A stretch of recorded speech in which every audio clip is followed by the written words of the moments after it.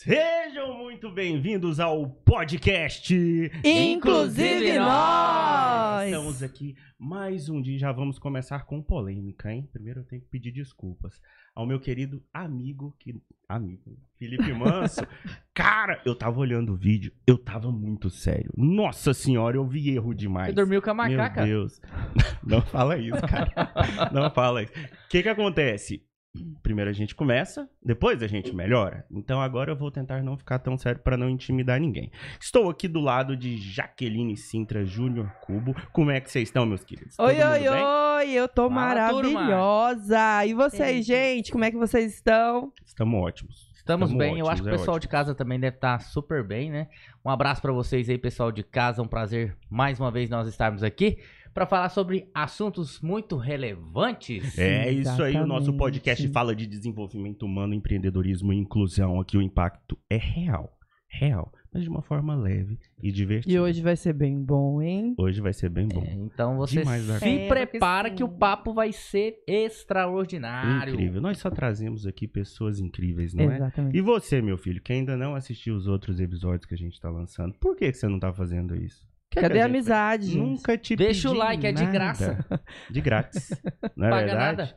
Vai lá, hoje já tem Compartilha no episódio. grupo. Sabe aquele grupo que todo mundo... Bom dia, boa tarde, boa noite? Joga lá, gente. É o grupo da família. Todo mundo Ó, tem e o tem, grupo e, da tem, família. e tem uma parte muito importante nos capítulos, nos episódios que vocês vão ver lá. Inclusive, no último episódio, eu tive que dar uma saída pra mim tossir. Gente do céu, uma tosse. verdade. Eu vou falar um negócio pra vocês, gente. Os bastidores é que vocês ainda não estão ligados como é que funciona o negócio. É porque a gente tava um pouco tímido quanto a colocar tudo aqui. Se o Júnior Meu precisar sair. Se eu precisar sair um minutinho, gente, vocês não reparam não que Mas, mas já tá parte do- medicado. tá Ele tá ajudando, medicado já. é parte do Vocês sabem, por protocolo. exemplo, que Jaqueline quebra o cenário? Alguém já Mentira. falou isso? Já. Alguém Olha- já falou? Joga a droga. Joga a droga. Não é droga, gente. Olha aqui, Meu Olha gente. só, gente, o trem até caiu. Onde, Jesus? Acertando o convidado. Ela manda te prender daqui pra ali. É muito rápido. Eu achei que eu era bem-vinda aqui, gente. E Eu já muito tô levando bem-vinda. Deus é remédio. mais. Calma aí Pega, que a gente Jaqueline. já vai Jaqueline, se for tirar, apresentar, tira o hein? fone pra não quebrar o microfone, que esse Não, negócio. eu já É fiz caro. tudo Deixa com embaixo, a opção. gente pega depois. Deus é mais. Então você, meu filho, que não segue a gente no Instagram ainda, pelo amor de Deus, né? Vai, colabora. Hoje estamos aqui com uma presença... Quieta com a droga? Meu Deus, isso aqui mata. Tira isso aqui daqui, Júnior. Você, então, meu filho, presta atenção. Hoje nós estamos com uma convidada especial, que eu tenho certeza que vai trazer uma história de vida incrível, com pontos extremamente relevantes, não é isso? Yara, seja bem-vinda ao podcast Inclusive Nós. Seja bem-vinda, maravilhosa. Obrigada, Muito pessoal. bem-vinda. Obrigada aos três. Eu quero agradecer o convite. Muito especial pra mim estar aqui hoje. Eu tenho um carinho muito grande pela Jaque. Não tem como fugir dela não, minha filha. Isso Não já tem, era. mas ela teve um papel relevante, né, em parte da minha vida, do meu filho. E na hora que ela me convidou, na hora, né, eu aceitei, nem titubeei nem um segundo. E agradeço muito, espero que, assim, com o que eu falar aqui hoje, se eu conseguir contribuir para uma pessoazinha, já tá maravilhoso. Vai contribuir, eu tenho Com Vamos certeza. lá. certeza, com certeza. Seja muito bem-vinda. Bom, Obrigada. pra quem ainda não te conhece, conta pra gente. Como que você se define? Inclusive, isso é quase terapêutico, né? Como você se define? Não é terapia, mas é terapêutico, É terapêutico. né? Como dizem por aí. Bem, eu sou Yara, né? E eu fui convidada pela Jaque porque a gente tem uma relação. De início foi profissional. Ela participou do processo terapêutico do meu filho. Antes de entrar na questão do meu filho, eu vou só pincelar o que eu faço para contextualizar toda a nossa conversa. Eu sou formada em Direito, sou casada, tenho um filho de 6 anos, o Rafael, tenho 3 enteados, Elias, Ludmila e Laura. Meu marido, às vezes alguém até já viu, é o mágico tio Léo, Leonardo Teixeira. Um abraço, tio Léo. Queremos você aqui, hein, Conheço meu mais, amigo. meu amigo Vem, desde vem. a infância. Chame ele vai adorar vir. Um abraço. Ele também comanda um podcast, Cabeça Aberta. Nós já fomos, nos convidamos já, inclusive. E iremos. Excelente, já estou intermediando aí. E então eu sou formada em Direito, o Léo também é. Eu sou servidora do Tribunal Regional do Trabalho aqui da 18ª região, que é a região de Goiás. Sou analista judiciário. A minha função lá, eu sou assistente de um juiz do trabalho da 2ª Vara do Trabalho de Tumbiara, mas trabalho remotamente, né? E Eu casei já mais tarde, eu demorei a casar, eu priorizei a minha vida profissional e acabei sendo mãe aos 39 anos. Hoje eu tô com 45. E aí veio o Rafael, que era o meu sonho de vida, era a maternidade. E aí o Rafael veio, nasceu e ali por volta, entre 1 ano e meio, 2 anos, ele começou a apresentar alguns sinais e que acendeu o sinal de alerta, alguns comportamentos, e eu fui atrás para ajuda, e a gente teve, posteriormente, o diagnóstico de autismo, né? Então, ele é um garotinho autista, e a minha relação com a Jaque surgiu daí. E a partir do momento que na época, eu vou falar para vocês, eu não sabia nada sobre autismo. O meu conhecimento sobre esse assunto era quase zero, vamos assim dizer. Eu tinha aquele conhecimento, aquela informação bem básica mesmo, que o autista é aquele que fica batendo a mão no ouvido, né? O senso comum, que fica mexendo para frente e para trás, que não conversa, não relaciona com ninguém. Era isso que eu sabia. E por total desconhecimento, eu tinha muito medo do autismo em si. E aí, mas quando o Rafael começou, a gente estava bem no auge da pandemia, a gente estava todo mundo preso dentro de casa. Foi 2020, segundo semestre de 2020. E o Rafael, ele teve umas 2 crises, 2 episódios de bater a cabeça na parede, de um comportamento muito estranho que até então ele não tinha. Foram 2 situações isoladas, teve um espaço entre uma e outra. A primeira vez que aconteceu foi mais ou menos logo que ele fez 1 ano e meio, ali por volta de julho, começo de agosto. E aí, eu fiquei assim, alerta. A gente saiu do apartamento, a gente morava, um apartamento muito pequeno, e fomos para a chácara, para ele ter um espaço aberto para circular. Voltamos depois para casa e passaram ali uns 3 meses, ele teve de novo. E aí fiz o mesmo processo, só que quando a gente voltou, ele emudeceu completamente. Ele parou de aquelas tati-bitate iniciais ali da fala da criança, porque até então ele vinha tranquilamente nos marcos de desenvolvimento. Aí chegou na fala, nessa época aconteceu isso. E aí a gente não sabia o que era, né? Assim, e eu vou falar para vocês, não passou o autismo na minha cabeça, porque eu não sabia nada. E aí de lá vem toda a minha jornada, que a partir desse momento que foi onde eu vim parar na Jaque e hoje estou aqui. Então eu sou uma servidora pública federal, sou mãe atípica, e depois descobrimos ainda que o meu marido é autista. Olha só. É a antiga síndrome de Asperger, né? Que ele tem altas habilidades também. E eu vim nessa caminhada aí, gente, estudando cada vez mais, e tô aqui hoje pra gente conversar sobre o que vocês quiserem. Olha só. Gente, vocês viram o currículo dessa mulher, hein? Cuidado com o que vocês falam aí, viu? Que a gente pode sair daqui, ó. Eu já fiz tanta pergunta aqui pra ela. Mas dependendo do motivo da prisão, ia dar uma audiência lá. Pensa assim, o corte. 3... Nós somos o quê? Empreendedores, né? Três malucos, terapeutas, saem algemados. Deus, não tem motivo pra isso não, gente. Não acredita em tudo que não. Júnior, faz uma vinheta que eu quero criar um quadro aqui nesse podcast. Pam, pam, param, pam, pam. Momento educação. Pam, pam. Você, minha querida mãe, presta atenção. Você vai se identificar com muitos casos que a gente vai trazer aqui. Mas vamos entender alguma coisa. Existem síndromes, transtornos que não aparecem a olho. Tu não consegue ver, não tem um marcador no exame de sangue que tu sabe. E aí, a gente vai vendo os marcos do desenvolvimento. Entenda que existem parâmetros. A comparação é a métrica da infelicidade. Por isso, a gente pega parâmetros que são médias populacionais obtidas através de estudos para a gente saber se está dentro do que é esperado para o desenvolvimento ou não. E aí a gente vai vendo esses marcos, daí chamamos de marcos do desenvolvimento. Aí, quando aparece algum tipo de comportamento, de situação que chame um alerta, geralmente o que vocês fazem? Vai no Google, né? Coloca lá, agora a gente vai no chat GPT. E o que dá? Dá errado, porque sai um monte de coisa. Então, vamos lá. Primeiro ponto. Entenda que típico, quando a gente falar, usar essa terminologia típica, a gente está falando que está adequado para os parâmetros de desenvolvimento que a gente chama de natural, mas que não é o melhor termo, tá? Então, quando a gente falar típico ou atípico, você já está sabendo do que a gente está falando.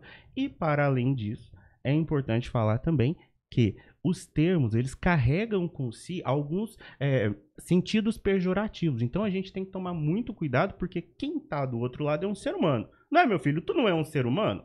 Briga com eles, briga com eles. Eu não sou muito de brigar com os outros, não, Gulo. Eu sou muito calmo. Ah, é? Quem que é de brigar com as A pessoas? Jaqueline. Por quê? Ela é patroa? Ela é a chefe. Ela é a chefe? Ela é a chefe. Então, Ela tá bom. manda. Ela manda.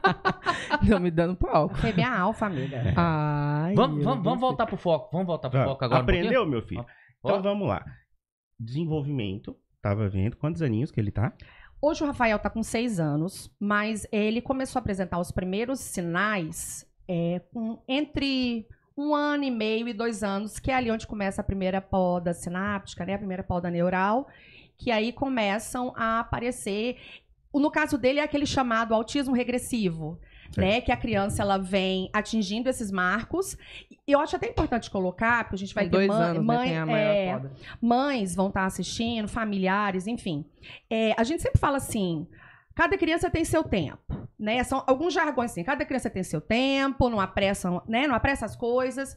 Ou então, não compare seu filho com outro. Eu acho que é muito importante, aí vem a importância da gente estar sempre estudando, né? Principalmente quando você entra nessa situação da maternidade atípica, eu acho que você se preencher de estudo, de informação, é o que faz a coisa toda ficar mais leve. Porque inclusive, para quando você vai falar com o terapeuta o que está acontecendo, você saber o que é. Porque o conhecimento, né? Seja o conhecimento de vida, seja o conhecimento técnico, ele te dá uma visão melhor do que está acontecendo. Porque aí você para de focar no problema e começa a focar na solução. Então, assim, eu até uma sugestão que eu passo, né, para as famílias. Observem, estudem, que seja no Google, gente. O melhor é que você procure um profissional da sua confiança, né? Para poder ter essas informações. Mas leem livros, pesquisem. O Google Acadêmico é muito sério, né? Se você jogar Google Acadêmico no Google, você cai para uma outra página do Google que tem artigos científicos. Aí neles são artigos que foram realmente feitos com as técnicas científicas, né? Tudo ali muito bem evidenciado. São teses de universitários, de pessoas já formadas, enfim. E aí você aprender o que são esses marcos e ir acompanhando. E aí você vai ver se seu filho... Não é uma coisa exata, né? Claro que tem criança que vai um pouco mais rápido, criança que vai um pouco mais lenta, mas existe, igual você falou, Gulliver, aquele padrão médio que você consegue observar se seu filho está dentro dele ou não. Que aí o Rafa vinha vindo, né? Tava acompanhando. Quando chegou nessa fase entre 1 ano e meio e 2 anos, hora que chegou no momento que ele tinha que já estar com uma determinada quantidade de palavras e de comunicação, eu percebi que ele não estava atendendo aqueles padrões médios que uma criança da mesma faixa etária deveria. Então, acho que assim, a primeira sugestão, a primeira orientação para tranquilizar e para direcionar quem está entrando nesse mundo, assim. Acho muito importante. Então, ele tinha, hoje ele está com 6, como você perguntou, na época ele estava nessa faixa etária, quando a coisa começou a aflorar. Certo. Eu acho que deve ter, com certeza, algo... Meu Deus do céu. Pra quem não sabe, a gente tem o Peter Parker, que é o nosso editor. Liga a luz, meu filho, pelo amor de Deus, vai que dá ruim aí. Eu acho importante porque, com certeza, tem alguma mãe que vai estar nos assistindo e vai se identificar, tá? Com certeza. Conta pra mim, pra gente entender como você se sentia. Porque é um sentimento misto, né? Eu imagino que muita coisa passa pela cabeça. O que aconteceu? Quando o Rafa apresentou esses comportamentos que eu já relatei aqui e parou de falar, porque ele emudeceu, gente. Depois dessa segunda crise que ele teve, que eu achava que era uma crise nervosa, eu não entendia que era um comportamento disruptivo, né? Que a gente sabe hoje em dia o que é. E que só para poder explicar, né? O disruptivo é aquele comportamento que foge ao comportamento esperado de uma criança. Você não espera que uma criança vai bater a cabeça na parede. Uma ruptura, né? Uma ruptura do por algum gatilho, né? Ali gerou e ele, como ele não estava falando e não sabia nem falar, né? Estava no comecinho ali. Ele se manifesta. A gente não fica estressado e grita ou bate a mão na mesa, né? Ele não sabia fazer isso. Um bebê chora. Ele, na época, lá, o que ele achou que, para chamar atenção, era bater a cabeça na parede. E aí, o que acontece? Eu me assustei com isso daí na época. E quando ele emudeceu, na segunda crise, ele parou de falar, eu falei, caramba. Eu não desesperei, mas eu fiquei muito preocupada. Falei, olha, emudeceu, tudo dele era, ele não falava, ele pegava a nossa mão, ele não apontava. Até então ele apontava, tá? Ele parou. Foram cortar. O Marco assim, estacionou e regrediu. Então, ele pegava a minha mão e levava para apontar, para pegar alguma coisa. E aí veio a preocupação. Eu sou uma pessoa, e já é uma característica minha. Tem pessoas que não são assim, eu entendo. Algumas pessoas podem desesperar. Eu já sou do seguinte comportamento. Eu penso assim, o que eu preciso fazer para reverter isso aí? E aí eu comecei a pesquisar, eu achava que era um problema meramente da área da fonoaudiologia, achei que era um distúrbio na fala, e eu fui pesquisar e me lembrei que eu tinha uma amiga de muitos anos, que a gente, assim, não tem um contato diário, mas mantemos um certo contato, que ela é fono, que é a Daniela Pádua. E aí eu entrei em contato com ela pelo Instagram mesmo. Falei, amiga, eu preciso de uma orientação sua. Porque a gente não podia fazer consulta, a gente estava preso dentro de casa. Foi no auge da pandemia. E eu achava que poderia ser um reflexo da gente estar enclausurado. Porque até então, o Rafael ele começou a frequentar a berçária aos 7 meses. Eu tive babá há muito pouco tempo, um mês e pouco só. E aí, como a minha licença durou 6 meses e mais um mês de férias, 7 meses, logo ele já entrou no berçário. Ele foi arrancado do berçário, né, gente? Eu lembro direitinho. Foi dia 16 de março, uma sexta-feira. Não é para ninguém voltar mais para lugar nenhum. Lembro como se fosse hoje. E aí eu pedi orientação para ela. Ela falou assim, Ara, você vai fazer o seguinte. Anota o meu celular, porque ela tinha mudado o número. Grave vídeos dele para eu tentar entender. E vou falar para vocês, tanto que assim, né, a coisa vai encaminhando. Eu tenho a minha fé, então acho que muito vai o dedo de Deus aí, né? Ela é analista comportamental, especializada na área do autismo, e eu nem sonhava que isso existia. Era somente a fala, era somente... só fala, nada relacionado ao autismo. Não, ela primeiro era fono, acabou. Mexia com problema de fala. E justamente ela era analista comportamental, ela tinha a clínica dela, ela coordenava outras profissionais. Então, assim, Deus me levou para quem precisava levar. Então, eu sou muito agradecida a ela, porque ela me ajudou demais nesse momento inicial. O nome dela, desculpa? Daniela Pádua. Daniela, tá feito o convite, vem aqui. Foi a doutora Yara ela que chamou você. Doutora é ótima. É uma querida. Eu vou passar o contato dela para vocês. Muito bacana. Ela sabe demais. E é uma simpatia em pessoa. E ela me ajudou, então, nesse momento. E com ela me ajudando, eu fiquei um pouco mais tranquila. Mas a minha angústia, eu vou te falar, não era nem saber o que ele tinha. Era como ajudar. Era a dúvida sobre o que ele tinha. Qualquer diagnóstico que viesse, para mim, não faria diferença. E eu falo para vocês, até então, nem sonhava em autismo, tá? Não faria diferença. Eu só queria saber o que eu tinha que fazer. E aí, ela começou com essa intervenção e a minha angústia, na dúvida, até que a gente conseguiu, o governo liberou para poder as pessoas se encontrarem, ela fez a avaliação dele, né? Aquela avaliação comportamental que é feita no início e tudo. E aí, deu inconclusivo. Não tinha como saber. Ele estava com quanto tempo? Aí, quando ela conseguiu fazer, que foi liberado, ele já estava beirando ali os 2 anos. Ah, tá. Foi nessa margem. Ele é do dia 4 de janeiro. Então, foi final de 2020 para começo de 2021. Foram algumas sessões, ela conseguiu fazer. E aí foi quando ela me levantou a possibilidade do autismo, mas era algo que não tinha como fechar ali, porque como ele estava entrando nesse do autismo regressivo, tinha alguns sinais que ainda não batiam totalmente, né? Porque não é uma coisa redondinha, né? E porque os critérios, para seguir um protocolo correto, tem muita coisa a ser levada em consideração. Justamente. Idade, ambientação. Exatamente. Tudo, porque se você jogar um diagnóstico errado, isso é muito sério. Exatamente, né? E ele tinha, por exemplo, no caso dele, ele tinha intenção comunicativa. Ele queria comunicar. Ele não tinha tanto problema para olhar nos olhos. Tinha pouco, mas era bem de leve. Enfim. E tinha essa questão da pandemia. Né? A criança estava isolada, a gente não conseguia nem saber se ele socializava ou não.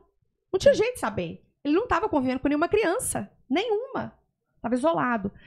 Então, a minha angústia, esse sentimento, Gulliver, no começo, foi a dúvida do que ele tem para saber se o que eu estou fazendo, se eu estou no caminho certo. E a partir do momento que eu tiver o diagnóstico, o que eu tenho que fazer? Essa angústia. Mas quando veio o diagnóstico, mais para frente um pouco, eu vou falar para vocês, é estranho falar isso, mas parece que tirou um caminhão das minhas costas. Porque geralmente o que acontece? Quando as mães, os pais caminhão... recebem esse diagnóstico, vem um caminhão, uma frota, né? Então, Muito normalmente, quando se tem esse diagnóstico, vem aquele momento de luto. É muito natural, porque você cria a expectativa do filho. E quem é mãe sabe, quem é pai, normalmente você assim, vou ter filho. Aí você já pensa ele se formando, casando, sendo uma pessoa assim de destaque. Você não pensa ele como uma pessoazinha comum, uma pessoa doente, ou uma pessoa com alguma neurotipicidade. Você idealiza. Né? Embora, e meu maior sonho era ser mãe. Eu sempre falava assim, gente, casar eu não sei se eu vou, mas que eu vou ser mãe, eu vou ser. Né? E meu marido, ele já tinha 3 filhos, então uma das primeiras conversas nossa foi, eu falei, você não vai querer ter outro filho? Porque se você não quiser, nós vamos parar aqui. Porque realmente era muito forte a vontade da maternidade. Então, normalmente, as mães têm esse sentimento de luto, e isso é natural. Nenhuma mãe pode se sentir, nossa, como eu sou fraca, como eu sou... eu tô pecando, ou eu tô rejeitando meu filho. Não, gente, esse luto não significa que você não ame seu filho. É realmente a quebra de uma expectativa de O diagnóstico não é um fim, né? Não é um fim. É um... só que aí, mas por que eu consegui me sentir assim quando teve, gente, o diagnóstico? Eu falo e repito esse tempo todo. A partir do momento que a Dani me colocou a possibilidade que poderia ser autismo, poderia ser apenas uma apraxia de fala, algum outro... Gente, eu mergulhei em livros, em estudo, em artigos científicos, eu comecei a me abastecer de informação. E quando você começa a estudar, é aquilo que eu falei antes, né, aqui anteriormente, você começa a enxergar um problema, não como um problema, mas como uma situação difícil e que você vai buscar a solução. Você tem um caminho quando você consegue buscar essas informações. As informações, elas te dão um caminho. Eu não tenho condições de comprar livro. Gente, todo mundo tem um celular na mão hoje em dia, com acesso à internet. Que seja no Google, ChatGPT, vá atrás, pelo menos de informações básicas, depois você vai se aprofundando, vai conversando com outras pessoas, vai procurando. Então, Gulliver, em resumo, a minha angústia foi no processo até o diagnóstico, para saber se o caminho que eu estava fazendo. Por que eu te falo que foi no processo? Quando a Dani levantou essa possibilidade, ela me indicou alguns médicos, neuropediatras. E para você conseguir uma consulta com médico, particular eu tô falando, tá? Não é nem pelo plano. É um sufoco, e não é só em Goiânia, é no Brasil todo. Nós não temos uma quantidade de profissionais suficientes para atender a demanda do país. Não mesmo. Não temos. Sem contar a questão de custo, né? Sem contar a questão do custo, porque são consultas muito caras, porque são profissionais muito especializados. O Rafael já chegou a fazer quantas horas semanais de terapia? Você tem uma noção? Para mostrar o contexto assim, de o quão dispendioso financeiramente seria se tivesse pagado no particular, por exemplo. No início, o Rafael, ele deve... Eu não me lembro exatamente, porque há 4 anos atrás. Hoje ele faz 6 horas por semana. A carga dele já é bem baixa, assim, considerada Eu lembro que quando eu atendia, eu fazia... Eu fazia, eu acho que era 3 horas na hora do almoço, porque você não tinha mais horário. Ele fazia assim, de segunda a quinta, a tarde inteira. Era. Tarde inteira, de segunda a quinta. Ele só não fazia sexta porque eu falava, não, gente, sexta não. Vamos deixar ele descansar. E eu também preciso descansar, porque era exaustivo, né? E aí, até eu conseguir a primeira consulta com o primeiro neuro, que eu levei ele em 3 pra fechar e decidir com quem eu iria seguir, né? Pra você ver, eu liguei a primeira vez para marcar a consulta em fevereiro de 2021. Eu consegui para maio a primeira consulta, a segunda para agosto e a terceira para setembro daquele ano. Então, o processo para fechar o diagnóstico dele demorou. Mas eu falava assim, gente, não quero saber de diagnóstico, eu preciso intervir. E aí ele começou, o que era mais nítido era a questão da fala, sessão de fono em casa, e isso eu fui pagando particular. Sim, porque aí os planos começam a liberar essas guias. Só quando você tem laudo. Só quando tem laudo. Quando fecha o laudo. Vira assim, é uma confusão, né? Eu tenho plano de saúde e eu não podia fazer pelo plano porque não tinha laudo. Então, assim, eu tive que ter a ajuda financeira da minha mãe, embora, né, eu seja servidora pública, meu esposo também é servidor público, mas, assim, é muito caro, caramba. Você vê, em 2021, 40 minutos de fono. Isso, eu tava ganhando um descontinho, porque eu não fiz diretamente com a minha amiga, eu fiz com uma pessoa que ela coordenava na época, e elas me cobraram mais barato, 40 minutos, R$250. Viu, gente? Soma isso. É muito caro. E além das terapias, existem outras funções que vocês fazem. Tem casa para pagar, aluguel pra pagar, tudo. Você tem, suas despesas continuam ali. Normal. E uma coisa que é bom deixar claro, gente, quando eu falo que é muito caro, de forma alguma desmerecendo o trabalho. A Dani, essa minha amiga, me deu esse suporte inicial. Na sequência foi a Larissa, que ela coordenava na época. Depois a Larissa passou a trabalhar de forma independente, continuou me atendendo. Profissionais fantásticas, que se eu pudesse, eu pagaria até mais.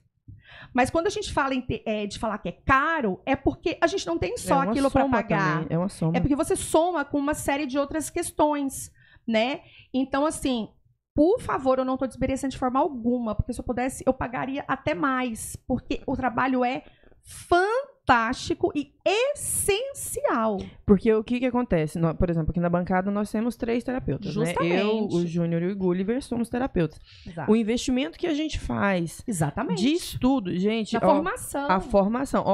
A Yara me conheceu na época, eu estava estagiando, né? Na fonoaudiologia, que foi quando a gente trabalhou, acho que foi 2023, se não me engano. Foi 2023. Foi 2023 para 2024. Acho que foi, no finalzinho de 2023. Foi. E eu já tinha outras 2 formações, e fora as especializações que a gente tem que fazer aqui mesmo, por exemplo, Gulliver.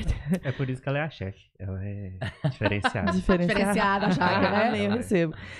Gulliver, por exemplo, que tem várias graduações, muitas especializações. O Júnior também, futuro TO, ele é psicomotricista também. Então, o que acontece? Nós não temos só uma graduação. Exatamente. É graduação, especialização para você atender em plano de saúde. Exatamente. Você não tem como atender um plano de saúde se você não tiver, por exemplo, aba. Se você não tiver aba, né? Você não atende plano de saúde. Fala aí pro povo, Jaqueline, o que é a aba? É análise do comportamento. Por exemplo, eu tenho análise do comportamento voltada ao autismo, né? Uhum. E tem DIR Floor Time também, que agora está sendo exigido, porque são outras ciências. São outras vertentes, né? Floor Time, o Denver, a aba. Eu sou, até assim, eu falo assim... Tem aba naturalista. Eu não gosto tanto de falar assim, porque às vezes o pessoal fala assim, aba sempre. Aba é excelente, mas eu sou da linha do aba mais naturalista, porque eu vi que aquele aba tradicional nunca deu certo com a Rafael, as sessões que ele fez... Mas é o perfil do... Porque é o perfil da criança, o perfil Por isso que nós temos que ter várias... Justamente. Aí vem onde que vocês, terapeutas, vocês têm que se especializar e é muito caro para vocês. Muito. Eu, por exemplo, eu faço fono, estou fazendo mais 2 especializações, termino uma agora, exatamente, fora as demais que eu tenho. O Gulliver acho que deve ter umas 10. O Júnior eu acho que tem umas 4 ou 5. E é tudo dispendioso. É o tempo de vocês, é o dinheiro de vocês, é a formação. Então, assim... a agonia que a gente tem quando a gente fala da questão do caro, a gente não consegue. O Rafa já chegou a fazer uma carga horária, que na época eu fiz as contas, se eu fosse pagar a terapia dele, por mês eu gastaria R$30 mil. 30 mil! Eu lembro, a gente teve uma conversa. Você lembra quando a gente conversou? Nós ficamos 1 hora e tanto falando sobre. E aí os planos, né, naquela confusão toda, que a gente sabe que dá para um assunto de podcast um dia inteirinho só para falar de plano, né? Mas eu só pincelar, a gente tem dos sentimentos de angústia que me dava muito o Gulliver na época era essa questão de eu não poder fazer pelo plano na época, sem um laudo, né? E porque isso é muito caro e aí você... aquele processo de você não saber... O que me dava agonia não era o autismo em si, o diagnóstico, a procura... Receber esse diagnóstico para mim não seria problema. Seria problema saber se eu estava fazendo certo e como isso ia ser feito, né? Mas... No final, tudo se resolve. Tem que ter paciência. É uma fase muito crítica que a gente passa, né?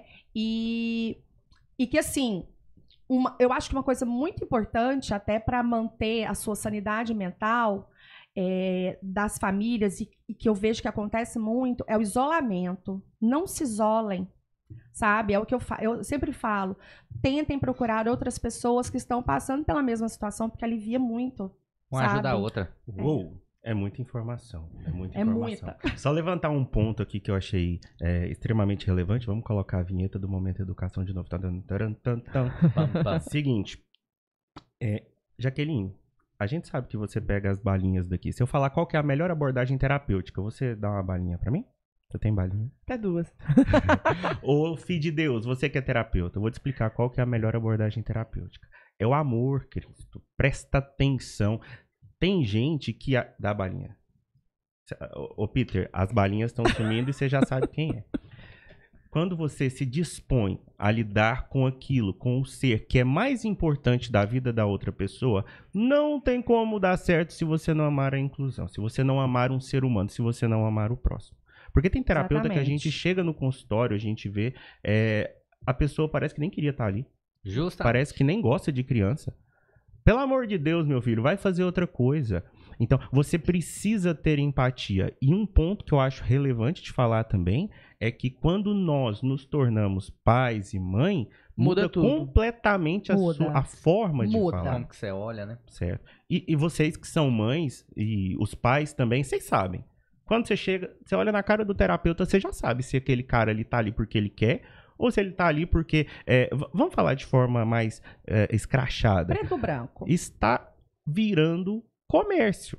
Sim. Está virando comércio o tratamento de autismos e outros transtornos e síndromes, né? Inclusive, o nosso espaço está aberto para você que é diretor, coordenador de algum plano de saúde. Você pode vir cá, a gente quer mostrar as duas faces também, tá? Mas, a partir do momento que a gente se dispõe a tratar com amor, com empatia, e quando nós nos tornamos pais, isso muda, não muda? Vocês concordam comigo? Com certeza.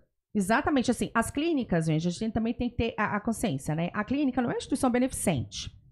É claro que um proprietário de uma clínica, ele precisa de ter lucro, porque aquilo ali é um investimento, é um negócio, é uma atividade, tudo muito caro. É uma atividade empresarial, é tudo muito caro para se manter o espaço, para comprar equipamento, para manter os contratos de parcerias, quando são parcerias, ou manter o contrato dos empregados quando trabalham com CLT. E ele também tem a família dele. Muitos donos de clínicas são pais e mães atípicas também. A clínica em que o Rafa faz terapia, que é uma clínica excelente, ele está lá há 4 anos. A mãe, a dona da clínica, ela tem 2 filhos autistas.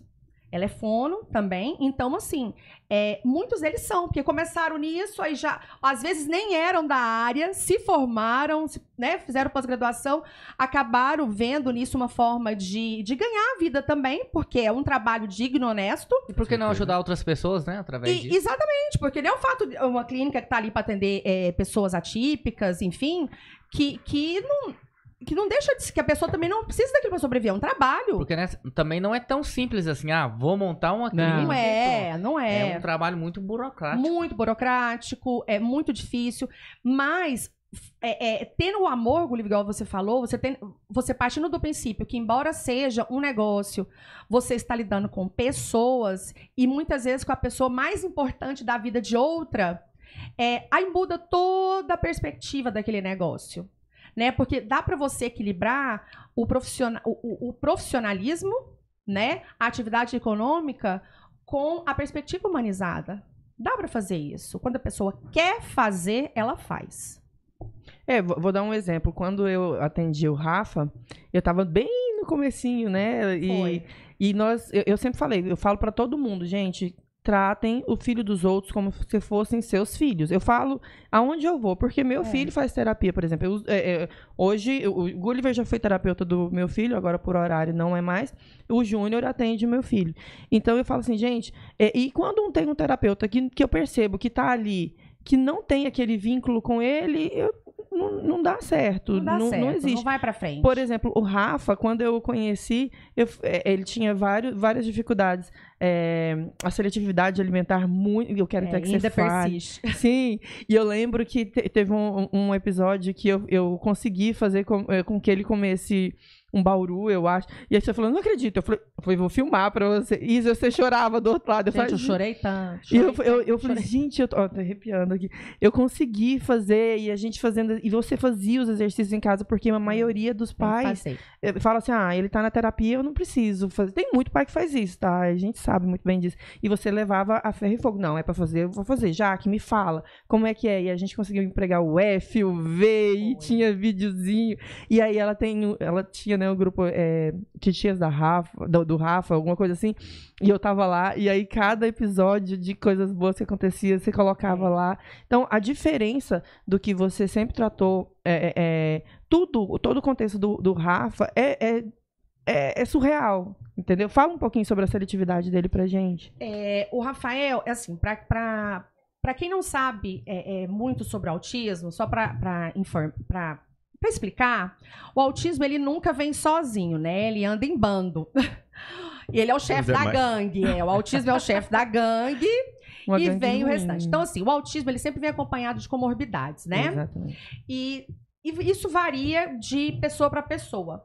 No caso do Rafael, essas comorbidades, elas são, assim, prioritariamente é o seguinte, ele teve a questão da fala, né? Na dificuldade em uma certa apraxia na fala, que, graças a Deus, já está quase toda solucionada. Uou, que bom. Tá. O Rafa era não verbal, né? Ele não falava. O meu maior medo era não ouvir a voz do meu filho.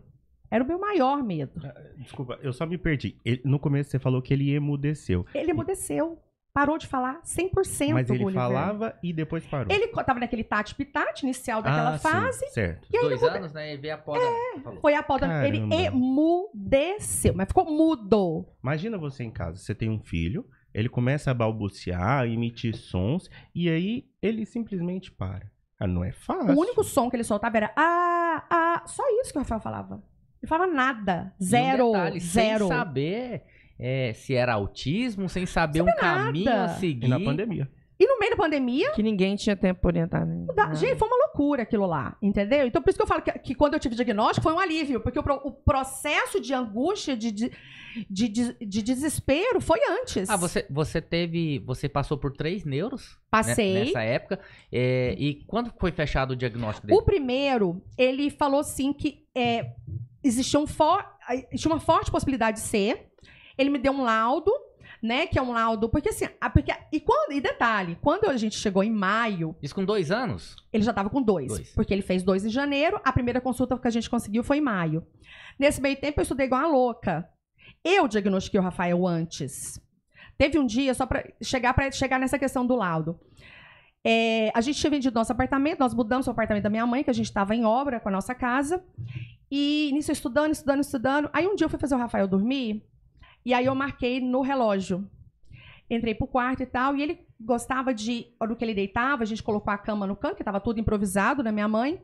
Ele gostava de ficar olhando para a parede, botando a mão na parede, o pé, e aí eu marquei no relógio. Comecei, Rafael. Eu fiquei 45 minutos chamando ele pelo nome e ele não me olhou nenhuma vez. Nenhuma vez. Ele não respondia ao nome dele. Nesse dia, assim, e aí eu fui juntando essa situação, porque normalmente você chama milhares de vezes, eles não olham. E fui juntando todas essas questões de pegar a mão do outro e levar. Até então, ele ainda não estava falando, né? Ele já estava com as sessões de fono, estava voltando a balbuciar algumas coisas, mas assim, micropalavrinhas bem soltas, tá? Às vezes letras só avulsas. E aí eu juntei, peguei meu marido, minha mãe, fiz ele dormir, saí e falei assim, o Rafael é autista. Os médicos vão confirmar. Ele atende isso, esse requisito. Aí eu fui até DSM-5, né? A doida aqui foi atrás. Fui de tudo. Gente, quando eu falo que eu estudei, é porque eu estudei mesmo. E aí eu falei, ele tem isso, ele tem isso aqui, ele tem isso aqui. E fui só apontando. Colocando. Aí dali a alguns dias foi a consulta e ele realmente confirmou tudo que eu tinha falado. E quando eu cheguei na consulta... nesse meio tempo que eu fui estudando, eu fui fazendo um relatório sobre o Rafael, desde a época da gestação. Eu fiz um relatório de como foi a gestação, foi tudo, desde quando ele nasceu, como aconteceu, papapá. Então, eu já cheguei nos médicos, e nisso ele já estava fazendo o atendimento com a fono, E eu cheguei nos médicos, então, aí a minha amiga fez uma segunda avaliação, aí eu levei a primeira, levei a segunda, porque de fevereiro para maio, olha o tempo que passou. A fono, que estava acompanhando ele também, fez um relatório, e eu levei o meu relatório. Meu relatório tinha umas 10 páginas. Com uma petição, praticamente, né? Porque eu fui relatando tudo. E assim, e fui colocando, ele faz isso, ele não consegue fazer isso, ele consegue fazer isso. Consegue, isso aqui não consegue, isso aqui consegue. Aí o médico analisou aquilo, analisou a fono. Não, a chance é imensa de ser. Mas, por exemplo, uma coisa que o Rafael nunca teve, ele nunca teve brincadeira disfuncional. Ele nunca foi de pegar a rodinha de carro, virar o carro de cabeça para baixo e ficar rodando. Ele nunca fez isso. Brincava funcional. Sempre brincou funcional, com tudo. E muito inteligente. Sempre funcional, em termos de brincadeira. Então, assim, por isso que tinha um pouco de dúvida. Mas era assim, quase 100%. Os requisitos básicos da SM5 ele atendia todos, mas tinha algumas peculiaridades que a gente sabe, hoje em dia está mais avançado nesse ponto, a diversidade que existe dentro da neurodiversidade, né? E aí, ele levantou possivelmente que poderia ser, deu laudo, eu comecei a fazer com um plano, né? Só que aí eu não entrei com todas as terapias. Eu só acrescentei a psicoterapia. Eu falei, eu vou graduá-lo. Então, ficou a fono e a psicoterapia. E aí, quando foi agosto, que eu fui na segunda médica, eu nunca esqueço, dia 10 de agosto. Ela foi uma consulta muito horrível. Por quê? Porque o Rafa entrou em crise dentro do consultório. Eu acho assim, eu não sei, foi uma sobrecarga que ele teve, ele vomitou, ele chorou, ele esgoelou. Carga sensorial demais. Olha, para ele, sensorialmente, foi uma coisa assim. Gente, foi uma consulta horrorosa, vocês têm noção. Eu saí de lá, assim, esgotada, parecia que eu tinha apanhado. Mas foi uma consulta ruim pelo não médico? Não pela profissional, não. Ah, pelo ambiente. Aconteceu, e eu falo para vocês, até hoje eu não sei explicar o porquê que o Rafael deu essa crise nesse dia.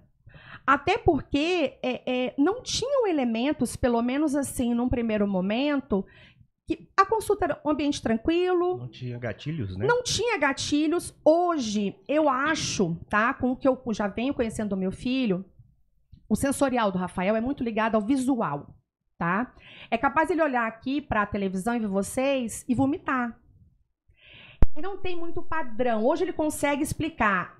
Ah, mamãe, eu vomitei por causa disso. E tem hora que ele não quer nem falar, porque se ele for me explicar por que ele vomitou, ele vomita de novo.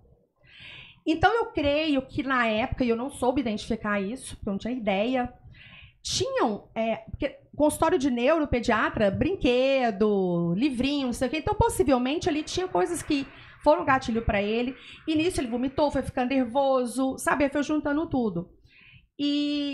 Mas por um lado foi bom, porque ela viu uma crise. É o que eu ia falar. Geralmente as mães vão e falam assim, ó, meu filho faz isso, isso, isso. Aí o menino faz tudo ao contrário. O menino tá lá, oi tia, né? Tá tudo certo.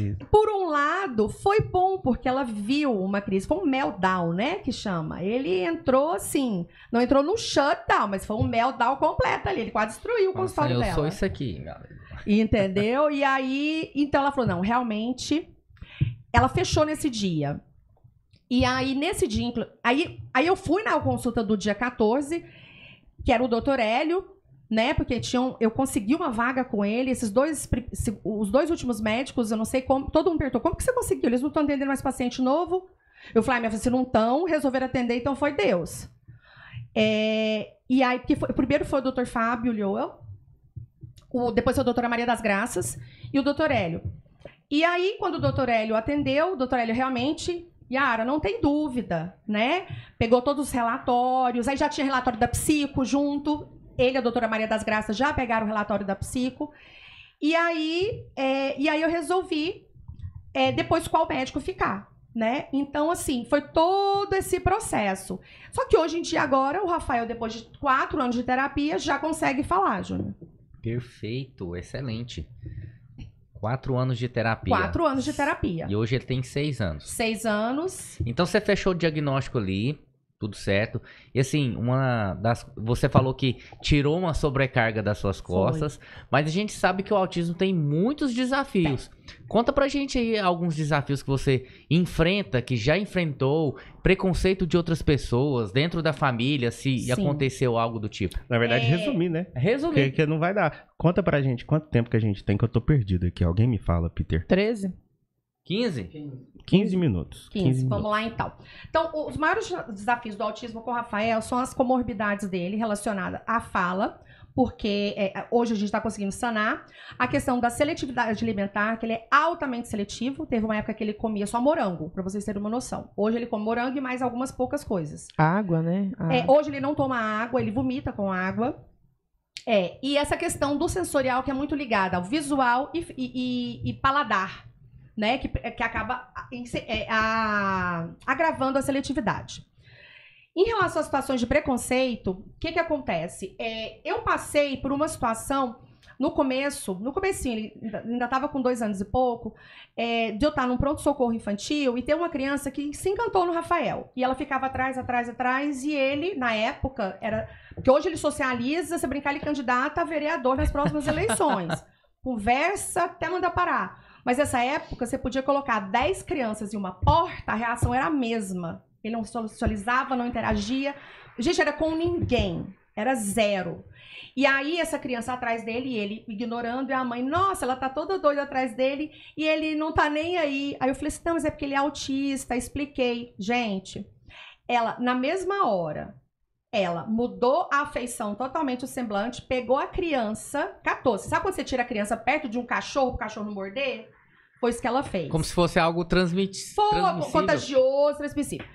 Na hora, tava eu e meu marido, nós ficamos assim, eu não fiquei com raiva, não fiquei assim, não falei nada com ela, mas eu fiquei atônita, sabe assim? Mas dói. Eu fiquei atônita, claro que dói, mas eu vou te falar pra vocês, eu fiquei com dó da filha dela.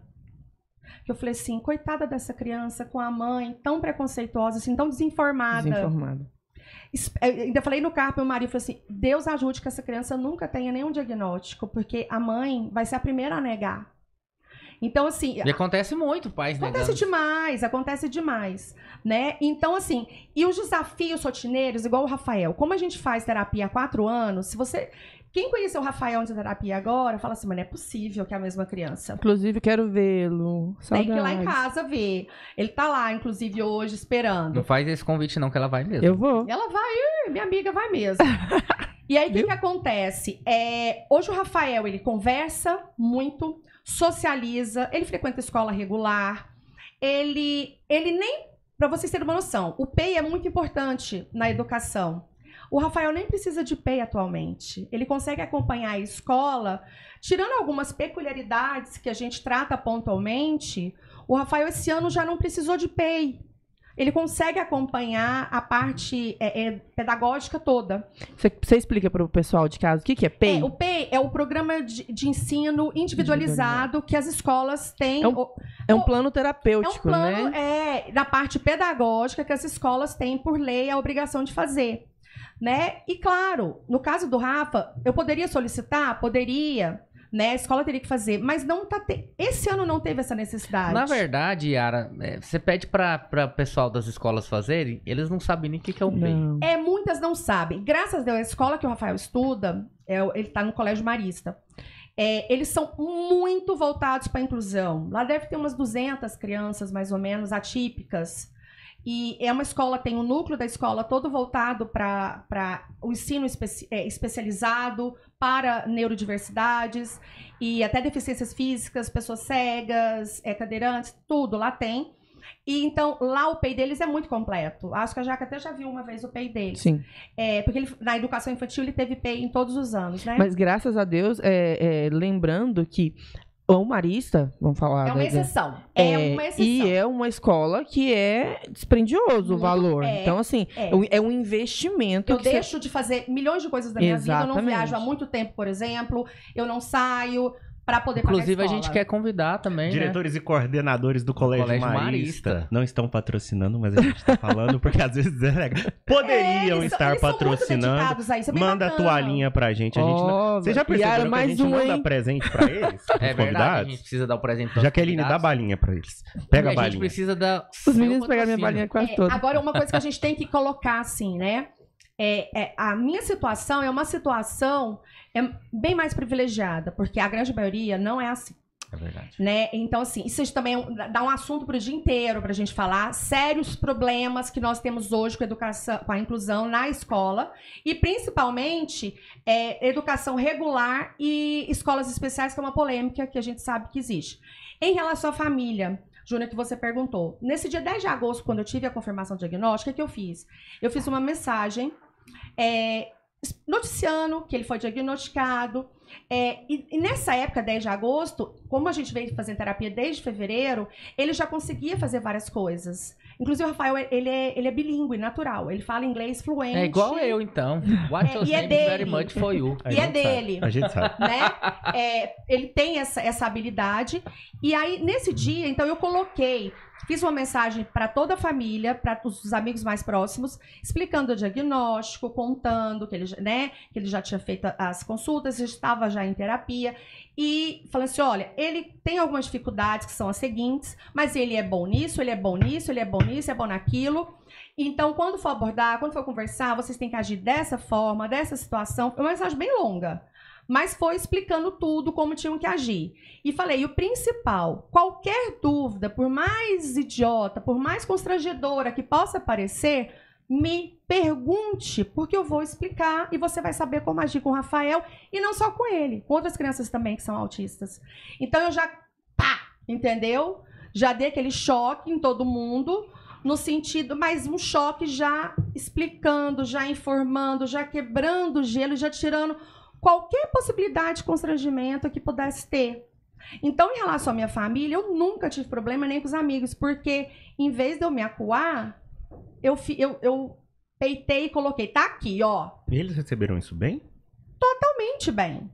Parabéns pra sua família. Sabe? Parabéns mesmo. Mas porque quando você passa uma informação e explicando, destrinchando, sabe, tirando... Tipo, você não se fez de vítima. Não. Tô aqui, vou peitar o negócio e é isso aí. E assim, não tem segredo, tem técnica. Então, vamos fazer. Gente, falar com gente que tem esclarecimento. Meu Deus. Lança um curso. Nossa! Curso para as mães e pais. É interessante porque a maioria das pessoas, a gente lida com isso diariamente. E até na hora de a gente dar um feedback aos pais, que a gente tem que dar uma devolutiva em todo o atendimento, ou quase todo atendimento, dependendo da forma com que a gente vai falar, a gente tem que ficar cheio de dedos, porque se o pai não tiver essa noção que você tem hoje, por exemplo, ele fala o seguinte, não é aquela terapeuta louca, ela tá falando isso e aquilo outro. Meu filho não tem isso. Meu filho só tem... ele só teve uma...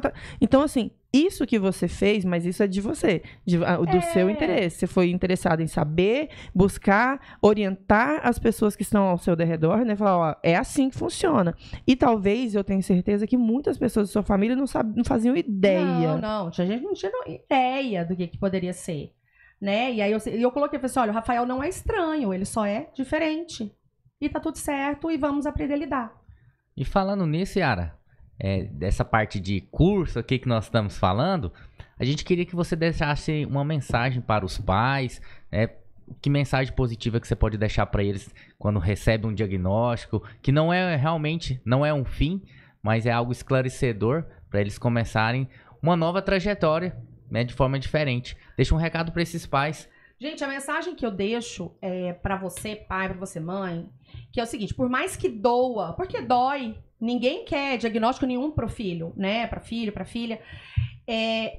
Estudem, informem com os meios que vocês tiverem, mas aprendam sobre as características do filho de vocês, porque é isso que vai facilitar, é com isso que você vai romper preconceito, é com isso que você vai conseguir fazer a inclusão, a devida inclusão do seu filho, é com essas informações que você vai conseguir agir em casa, porque você tem uma tarefa de casa muito grande.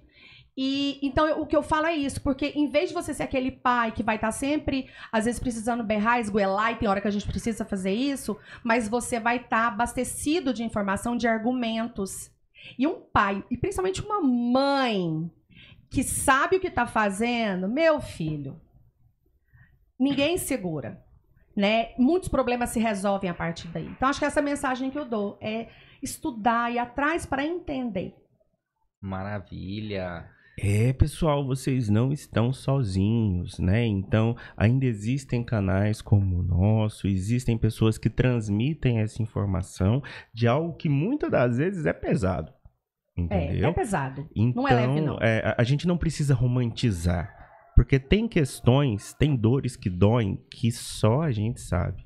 Entende? Uma coisa que eu costumo falar, Jaqueline, Yara, quando eu entrei nesse meio clínico, uma das primeiras coisas que eu observei quando eu entrei na clínica foi os pais, não foi nem as crianças em si. Eu olhei, tipo, na hora do intervalo de uma sessão para outra, eu parava, olhava os pais, o olhar dos pais, das mães cansados, sobrecarregados. Eu sou uma pessoa exausta. Cansados. Exausta. Tem dia que eu sempre choro, sozinha. Falava, meu Deus, choro tenha compaixão, porque é um trabalho difícil. Porque, assim, nós estamos com as crianças 40, 50 minutos.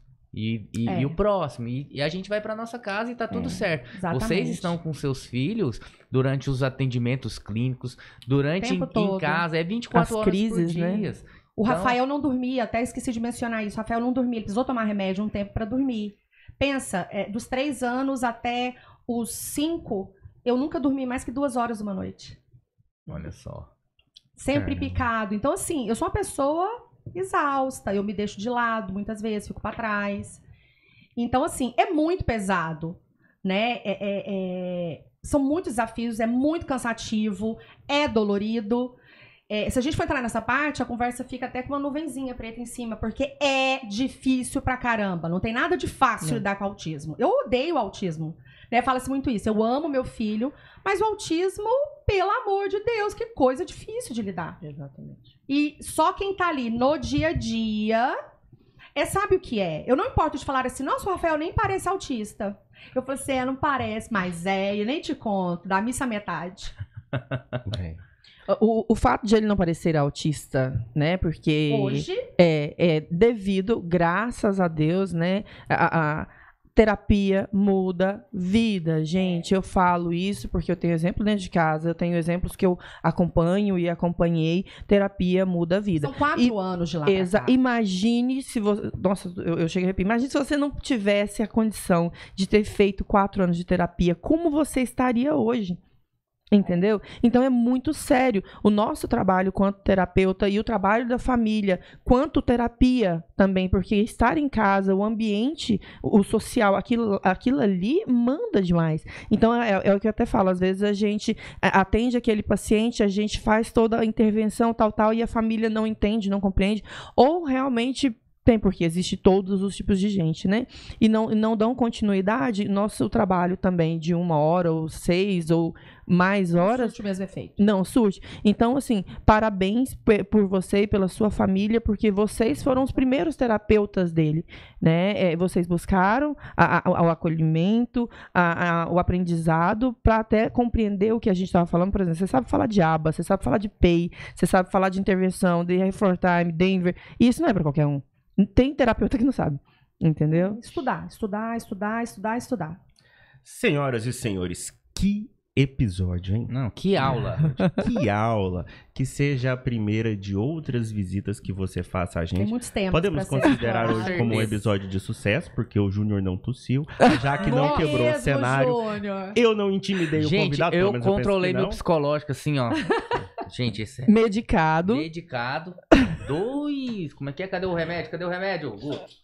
Tudo certo. Pega o remédio. Não Nossa, toma de o remédio. novo. Deixa o remédio cair no Alexofedrin, patrocínio.